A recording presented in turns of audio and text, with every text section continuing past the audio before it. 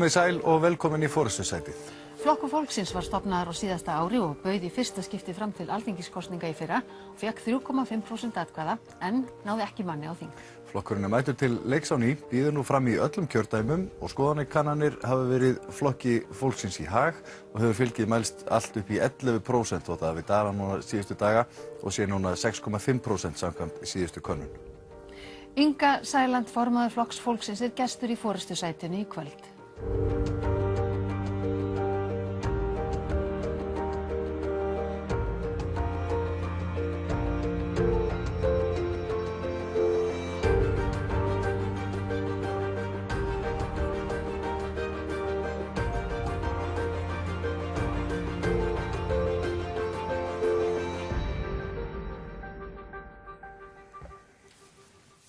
Inga Sæland, velkomin í forystusætið.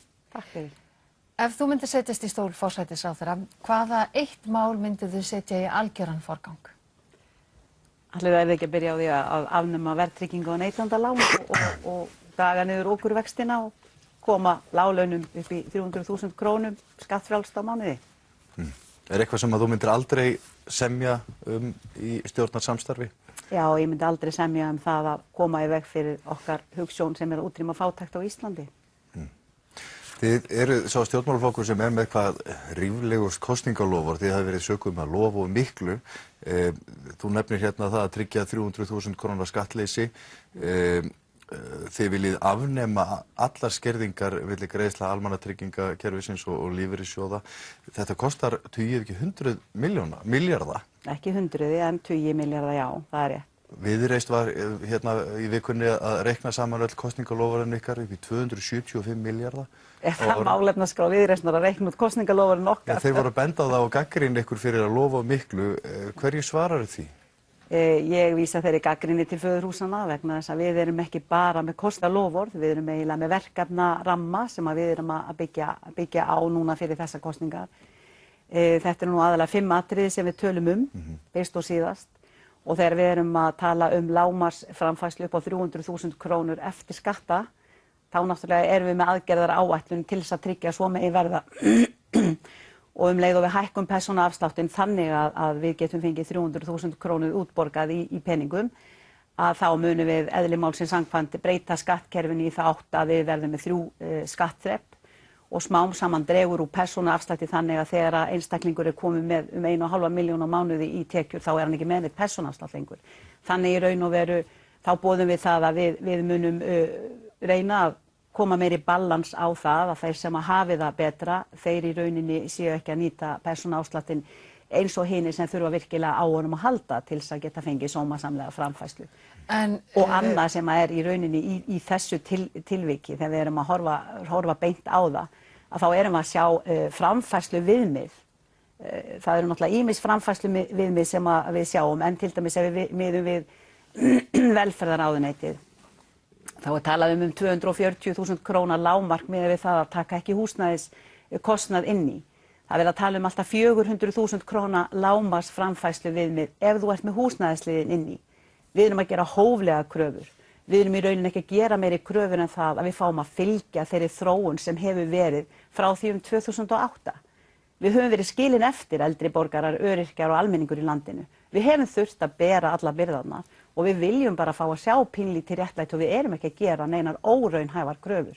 Við erum bara að biðja að fá að takast á. Hérna setur aldraða, öryrkja og almenning í landinu alla undir sama hattinn. Það er fullt af fólki sem hefur það gott í þessu samfélagi. Ég er ekki að berjast fyrir það fólk, þó að ég náttúrulega vilji gjarnan að fólk hafi það gott. Við erum almannahagsmunaafl. Við erum ekki sérhagsmunaafl. Þeir sem hafa það mjög gott, þeir þurfa ekki málsvara eins og mig og flokk fólksins fyrir sig. Þeir hafa nóga málsvörum nú þegar. Inga, það sem við kannski fyrst eins og verkin sína. Þið talið það þið viljið afnema allar skerðingar eins og milli almannatrygginga og lífeyrissjóða. Af hverju viljið þið hjálpa öllum jafnt en ekki forgangsraða í þágu þeirra sem minna meira sín? Við erum að gera það. Þegar við erum að tala skerðingar og vera að tala núna eins og við skulum tala, tökum frítekjumarkið sem dæmi. Tökum frítekjumarkið sem var 109.000 krónur og máttir vinna sem öryrki eða eldri borgari, máttir hafa 109.000 króna tekjur án þess að skerðast þessari krónu og móti krónu skerðingu sem er í tísku núna, sko lífeyrissjóður versus almannatryggingar. En staðreyndin var jú svo að þessar 109.000 krónur gerðu nú samt sem áður það að verkum og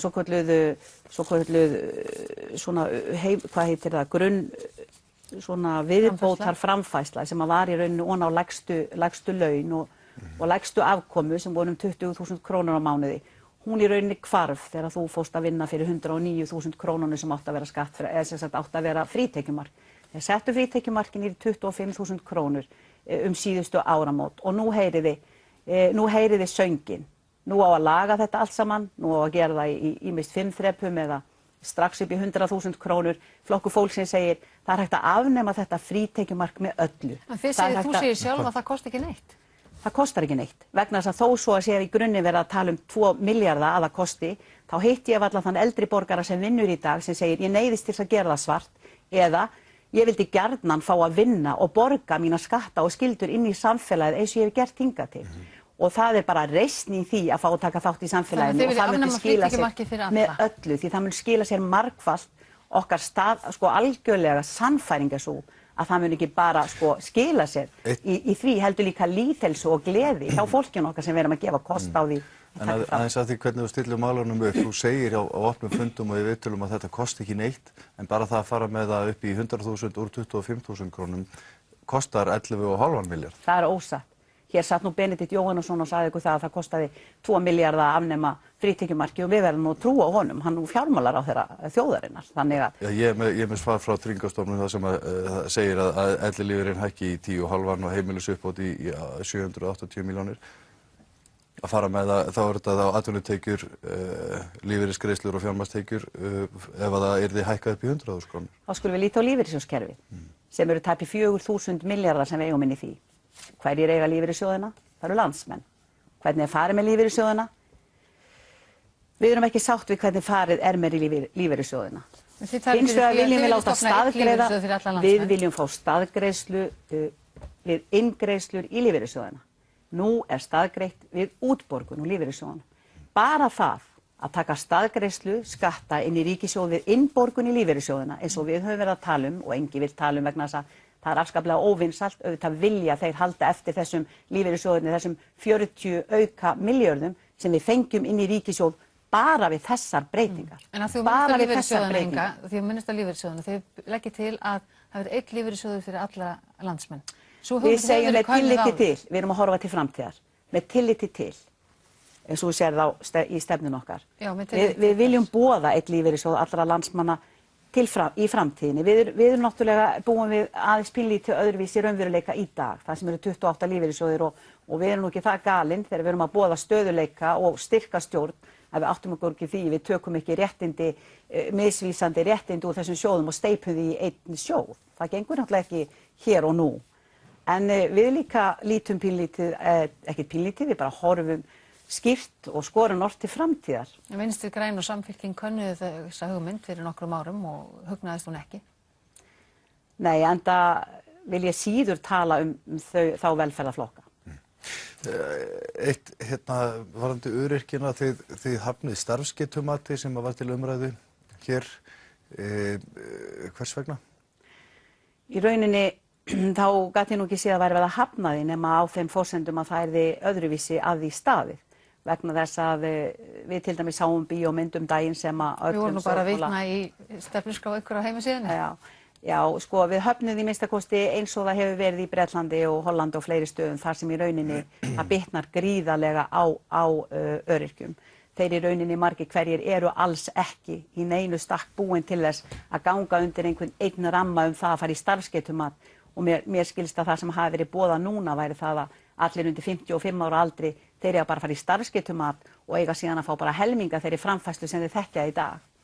Það í rauninni, við skulum frekar tala forvarnir. Við skulum tala forvarnir þegar fólk lendir í slysi. Við skulum tala það að taka strax utan einstaklingin og slepp ekki af honum hendinni fyrir hann komin í sitt besta mögulega líkamlega form og þá skulum við sjá til hvar hann staddur. Inga Sæland, við ætlum að reyna að koma víðar við í þessum þætti heldur en í þessum þætti. Heldur í þessum? Já, flokkur fólksins, við ætlum að tala um flóttamenn og hælisleitendur, flokkur fólksins hlynntur því að Ísland taki á móti flóttamennum? Við höfum aldrei sagt styrgðar yrði gegn því sem við höfum gert fyrir flóttamenn, aldrei nokkuð tíma. Við höfum hins vegar sagt í sambandi við hælisleitendur sem hingað koma frá öruggum löndum að við lítum til vina okkar og nágranna í Noregi og viljum taka upp 40, svona almennt, meginreglan verði 48 stundir. En þið talið kvótaflóttamenn, hvað það að tala að Ísland taki á móti mörgum flóttamenn? Við erum bara sátt við þá stefnu sem við rekum í dag. Viljið ekki fjölga? Nei. Viljið þið fækka í þessum hópi? Nei, við erum bara sátt við það sem það í dag. En í hópi þessara hælisleitenda, því að þú talar að það einu svona dálítið bara snúða en við á flugvellinum innan 48 tíma. Innan þessa hóps fólk sem að uppfyllir skilyrði stöðu flóttamanna og við erum að veita hæli fólki úr þessum hóps. Eðli málsins samkvæmt, kæri Einar, þá verður að fjalla þau mál sérstaklega. Já. Ég einungis að vísa til þeirra sem að talið samkvæmt íslenskum lögum að komi frá öruggum löndum. Ég bara vísaði það að við getum ekki verið með opið landi fyrir öllum sem koma vilja. Við erum með 516 milljónir manna í gegnum evrópska efnahagssamningin sem geta komið hingað og stunda hjá okkur vinnu og frjálst að gera svo eins og okkur frjálst að fara til þeirra. Ég einungis að vísa í regluverki okkar eins og það Okkur fyrst forvitnilegt að spyrja umræðu sem var helgina þegar Ásmundur Friðriksson, þingmaður Sjálfstæðisflokksins í Suðurkjördæmi, hann gagnrýndi helgina kostnaðinn við komu flóttafólks hingað og bar það svo saman við hvernig aldraðir og öryrkjar hafi það, það að segja skattféð. Hver þín afstaða? Hver þín skoðun á þessu máli? Mín skoðun svo að við eyðum aldrei sömu krónunum tvisvar og ég hef jafnvel gengið það langt að biðja þá sem það geta gert að koma og hjálpa mér vegna þess að mér langar gjarnan að geta gert það. En finnst þér rétt að bera þetta saman? Nei, í rauninni ekki eins og það gert þarna. Það má alveg sleppa því vegna þess að við eigum núna einhverja 44 milljarða í afgang úr ríkissjóði sem ég get ekki alveg átta mig á af hverju við þurfum að spara svo mikið að við megum ekki setja það í málaflokka sem virkilega þurfa á hjálpinni að halda. Þannig að auðvitað til fjármagn og auðvitað ættum við að geta forgangsraðað í þágu þeirra sem að þurfa á því að halda. Sérðu eftir þessum peningum sem að fara í þennan málaflokk? Auðvitað sé ég ekkert eftir peningunum sem fara í þennan málaflokk nema þeim peningum sem fara í málaflokkin hvað varða það að fólk sé láti bíða hér árum saman og send síðan heim. Ég vil að þetta fólk fái í rauninni umfjöllun og úrlausn sinna mála strax þannig að viti hvar það stendur og það bara í rauninni, það bara mannréttindi og það bara gæska. Ég flokka það undir hreina og klára mannvonsku að vera með fjölskyldur hér allt upp í 1,5 ár út af því að ríkisvaldi dregur lappirnar og læða svo í skjóli nætur og ætla að vísa þessu fólki burt. Ég vil fara að tala íslensku og vinna hér eins og dæmir sanna en ég veit það bara að þessi stimpill sem verið að reyna að klína á okkur sem í rauninni vorum aldrei stofnuð utanum þennan viðkvæma málaflokk heldur utanum fátækt á Íslandi að það í rauninni verið að hanga á honum af því að við höfum ekkert farið á þing og ekki svikið nein loforð. Bara rétt aðeins áður við skiljum við þetta málefni því að það þrýstingur á þjóðir heims og sérstaklega hér í nágrannaríkjunum okkar að gera betur í þessum málaflokki. Flóttamannavandinn er mikill og hann fer jafnvel bara vaxandi. Þið viljið ekki gera meira en það sem að Íslands stjórnvöld að gera? Nei, ég held að við lítum bara á það að við séum 340.000 og við teljum að við séum að leggja okkur fram og ég veit ekki betur en að við séum að gera okkar besta. En við gerum samt minna heldur en nágrannaþjóðirnar og aðrar Evrópuþjóðir, já. Með fólksfjölda. Já. Það eitthvað sem ég þarf að kynna mig betur. Já, það stutt í kosningar, þú eru komið með þetta hreint fyrir kosningar. En förum aðeins í heilbrigðismálin, þið talaðu gjaldfrjálsa heilbrigðisþjónustu. Grunnheilbrigðisþjónustu. Ok, hvað þýðir það? Það þýðir svona milli 7-8 milljarðar króna. Já. Og það þýðir það að við lítum það á það að það eigi aldrei að vera forréttindi að geta leita sér læknis. Og maður eigi aldrei að sitja heima og bíða eftir að botnlangin springi af því maður hefur ekki efni á því að leita læknis. Grunnheilbrigðisþjónustu, ertu það bara í raun og veru að tala heilsugæsluna? Já, má segja það. Og ertu sem fyrr að tala að jafnt yfir alla?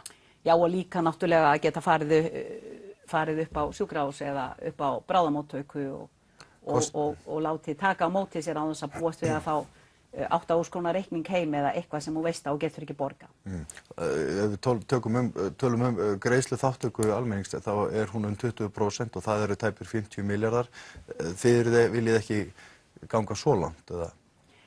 Nei, það náttúrulega hlýtur að vera svona munur á því þegar við tölum heilbrigðisþjónustuna. Ég man þegar ég var lítið stelpa þá þurfti maður aldrei að spá í það þegar maður fór til læknis. Ég veit ekki alveg hvað við breyst.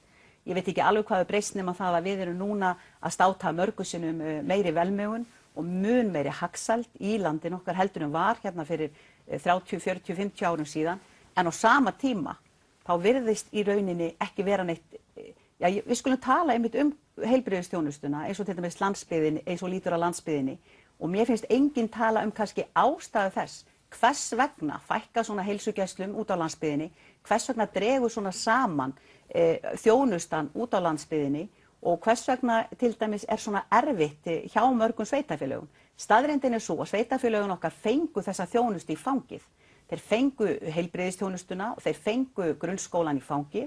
Þeir fengu í rauninni líka í fangið framsal kvóta, þannig að í samspilinu getum við séð það á sama tíma og kannski öflug sjávarpláss sem byggðu eingöngu á afkomu fiskarins.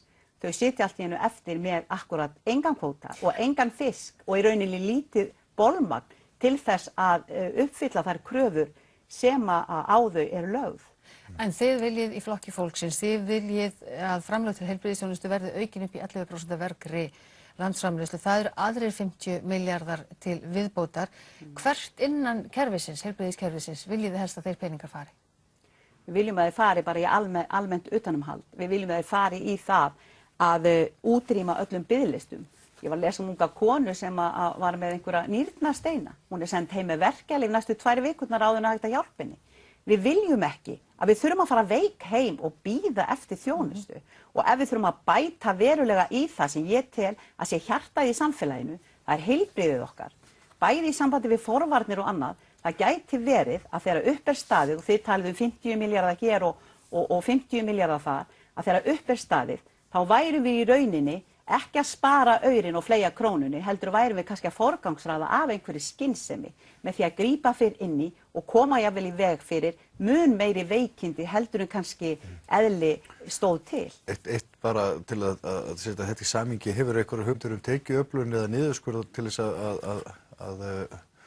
vega upp á móti þessum kostnaði? Sko eins og stendur í stefnuskráni þá höfum við séð fyrir okkur ýmislegt í sambandi við forgangsröðun og þegar við tölum eins og ég sé nú til dæmis að Katrín Jakobsdóttir, hún hefur nú ekki þurft að svara mjög mikið fyrir þessa 336 milljarða sem hún ætlar að veita inn í kerfið okkar á næstu 4 árum, 70 milljarðar á ári skils mér í grunnheilbrigðis og grunnstóðir samfélagsins. Hún boðaði nú skattahækkanir. Já, og þetta í hug, hvað má þó ríka fólki segja og taka þeim 70 milljarða á ári? Ég bara spyr. Einhvers staðar hlýtur þetta að koma, eins og í vegagjöldum, alls konar tollum á bensín og olíu og allt sem nú erum við að spyrja þig. Og nú spyrjið mig, ég búin að benda á 40 milljarða sem við munum fá strax með því að skattleggja inngreiðslur í lífeyrissjóð, taka staðgreiðsluna við inngreiðslu í lífeyrissjóð.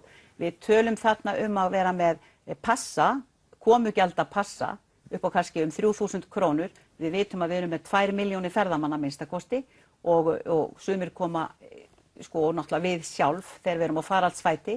Þetta passið sem gildir fyrir allt árið, þannig að þú þátt nú ekki alltaf að borga 3.000 krónur þegar þú kemur, en bara þetta í einföldum útreikningi eru 6 milljarðar króna. Við tölum fulla rentur af auðlindunum okkar. Við viljum fá kostnaðinn af auðlindunum, hvort sem það heitir raforka eða sjávarútvegur eða ferðaþjónusta. Er það að tala um að hækka veiðigjöldin? Að sjálfsögðu. Og hvað ætlaði að hækka þau mikið og hvað skilaði þá miklu í ríkissjóð? Við byrjum kannski á því að fá út úr arðgreiðslunum, þegar kannski verið að greiða 13 milljarða á ári í arðgreiðslur út úr einu fyrirtæki, sem eingöngu verið að greiða út af því að þeir eru að fá aðganga fjármagn. Hvernig nálgumst við það? Við setjum náttúrulega lög á þinginu, við náttúrulega bara setjum reglur, er það ekki þar sem allt regluverkið sett, það bara á Alþingi Íslendinga, það þar sem að mátturinn það þar sem við getum gert breytingarnar. Og það þess vegna sem ég vil komast þangað. Þannig að spurningin var hvað ætlaði að hækka þau mikið? Ég veit það ekki. Það verður allavega að gera það hlutfallslega með við afkomu. Við getum ekki hækkað það eins hjá öllum. Það verður að taka tillit til þess hvernig afkoman hjá hverju fyrirtæki fyrir sig. Við viljum ekki skemma fyrir litlum og miðlungsstórum fyrirtæki sem eru í rauninni að fara inn í mikla kostnaðar. Já, en stjórnmálaflokkarnir hafa einmitt verið að tala um þetta allir að það þurfi að taka tillit til afkomu fyrirtækjanna og við vitum að ein regla kemur verr út fyrir smærri fyrirtæki á landsbyggðinni sem að standa veikar gagnvart þessari, en þeir eru ekki með hugmynd útfærslu á þessu? Nei, ekki frekar en þetta. Nei. Stefna ykkar í landbúnaðarmálum, hver er hún? Við í rauninni erum ekki sammála þeirri stefnu sem að til dæmis Þorgerður Katrín var að boða sauðfjárbændum. Það sem að þeir áttu að taka niður eina af hverjum 5 kindum sínum vegna þess að þetta er í rauninni plástur að bjóða 650 milljónir til sauðfjárbænda til þess að reyna að fá það bara til að bregða búi eða draga úr framleiðslu annað slíkt. Við vildum frekar sjá að við vildum hjálpa þeim frekar í að verða meira sjálfbærir. Við viljum frekar sjá heimaslátrun meira, kannski eins og við getum ímyndað okkur, ég veit nú ekkert hvað eru margir bændur til dæmis í Dalasýslu en að þeir tækju sér saman og einhvers staðar væri hægt að vera með slátrun sem að væri með fullkomlu eftirliti og viðurkennt af öllum stöðlum og vottum. Til dæmis að hjálpa þeim að markaðssetja vöruna öðruvísi, við eigum yndislegt kjöt, við erum að borða það núna frekar þurrt og seigt finnst mér, miðað við hvað áður var vegna þess að ég tel að með því að vera að keyra gripina okkar klukkustundum saman og jafnvel láta það standa og bíða í aðra marga klukkutíma áður en þau eru aflífuð, að kjötið þeirra er ekki eins gott og safaríkt eins og við þekktum Við ætlum að venda okkar kvæði í kross og fara að Ég segi tala bara, allt við annað viljum núna. hjálpa þeim að markaðssetja vöruna sína og viðurkenna lambið okkar sem eitt besta lambu sem gengur á 4 fótum. Besta lamb í heimi. Já, eitt af ykkar í þessum stóru stefnumálum ykkar, það er að þið viljið koma á félagslegu kaupleigukerfi og leigumarkaði sem hefur hagnaða leiðarljósi. Hagnaða leiðarljósi? Nei, óhagnaðardrifið. Óhagnaðardrifið, þetta er nú bara beint upp úr stefnuskránni, en hvernig ætlaði að fara að þessu? Stendur hagnaða leiðarljósi í stefnuskránni? Sem hefur ekki hagnaða leiðarljósi. Já, akkurat. Óhagnaðardrifið, eins og þú segir sjálf. Já, mér fórst að segja sem hefði hagnað. Já, þá bara hef ég mismælt mig, þá var sjálfsögðu ekki að vera þannig. Hvernig ætlaði að fara að því? Við lítum náttúrulega bara í kringum okkur eins og við viljum gjarna gera þegar við erum að bera okkur sama við löndin í kringum okkur, alveg eins og við viljum gera í sambandi við okurvextina sem við búum við en þeir alls ekki. Alveg eins og við viljum gera þegar við viljum afnema verðtrygginguna sem að þeir eru ekki með. Við sjáum til dæmis, við áttum mjög gott kerfi, við áttum kaupleigukerfi, við áttum verkamannabústaðakerfi þar sem að fólk gekk út frá því að það vissi hvað það var að greiða, það vissi vextirnir voru lágir, þeir voru sanngjarnir, það var engin verðtrygging og jafnvel þeir tekjulægstu höfðu tækifæri á því að eignast taki yfir höfuði og það er sú stefna sem að við tökum. Þið viljið sérstaklega hjálpa brottfluttum Íslendingu til að koma heim og hjálpa þeim að setjast aftur á Íslandi? Já, við skulum átta okkur á því að það eru 11% þjóðarinnar sem Íslendingu sem að búa orðið ellendis. Það var mjög mikið af fólki sem að flutti burtu eftir hrun eins og við vitum og þetta er náttúrulega, ég held að við séum í við erum með 7. sæti, hvað varðar, ég held að Írarnir til dæmis erum með 17%, við erum með 11%, Norðmenn með 3%, þannig að við eigum gríðarlega mikinn mannauð annar staðar sem hefur ekki hjálpað þessu fólki að koma heim. Já, með því að gera umgjörðuna þannig að það sé orðið girnilegt, að það sé virkilega orðið þess virði að koma heim vegna þess að hér er varla til pabbi eða mamma, afi eða amma sem á ekki ættingja og vini á ellendri grund sem sjálf að færa að sjá. Tíminn er búin að líða mjög hratt hérna núna. Það er bara mínúta eftir. Mínúta? Já, rétt í lokin, áður en við kveðjum þig. Ef þið náðu manni á þing, hvernig ætlið þið að starfa? Með hverjum viljið helst starfa? Við viljum starfa með öllum sem vilja hjálpa okkur að ná þeim markmiði sem við stefnum að. Og í raun og veru þá segi ég bara þetta. Við höfum aldrei fengið tækifæri til að standa við stóru orðin. Við höfum aldrei fengið að sýna styrkin og viljan í verki. Já, það er eina sem ég geri, ég bið bara tækifæri. Svona með við, hugmyndir ykkar, þá eigið þið kannski meiri samleið með mið- og vinstriflokkunum eða en hægri flokkunum, tekur undir það? Við erum miðjuafl eins og ég segi sem að viljum starfa með öllum þeim sem vilja starfa með okkur. Þið skilgreinið ykkur ekki sem vinstriflokk? Nei. Það hefur verið svona smá deilur innan flokksins á undanförnu, milli frambjóðanda, ein áhrifamanneskja þarna gekk úr flokknum og annar öðrum var sparkað út. Er órói í flokknum ykkar? Nei, við erum með styrka stjórn sem að í rauninni við tökum bara til hjá okkur, það er bara þannig. En hvernig skýrir þú þá að fylgið hefur dalað í nýjustu könnunum? Já, það er komið nýr stjórnmálaflokkur sem að greinilega er að róa á svipum mið og hann er í rauninni að taka svipa fylgi og við. Það er alltaf hreyfing á skoðanakönnunum, við býðum bara og spyrjum að leikslokum og lökum bara til. Takk fyrir komuna hingað í forystusætið, Inga Sæland. Takk fyrir mig. Já, og næst í forystusætið verður Þorvaldur Þorvaldsson formaður Alþýðufylkingarinnar. Þátturinn verður sýndur á sama tíma annað kvöld. Já, við minnum á kjördæmaþættina í útvarpinu og á kosningavefinn ruv.is sem þar má finna til dæmis samanburð á öllum skoðanakönnunum sem koma nú reglulega þessa dagana. En verið sæl.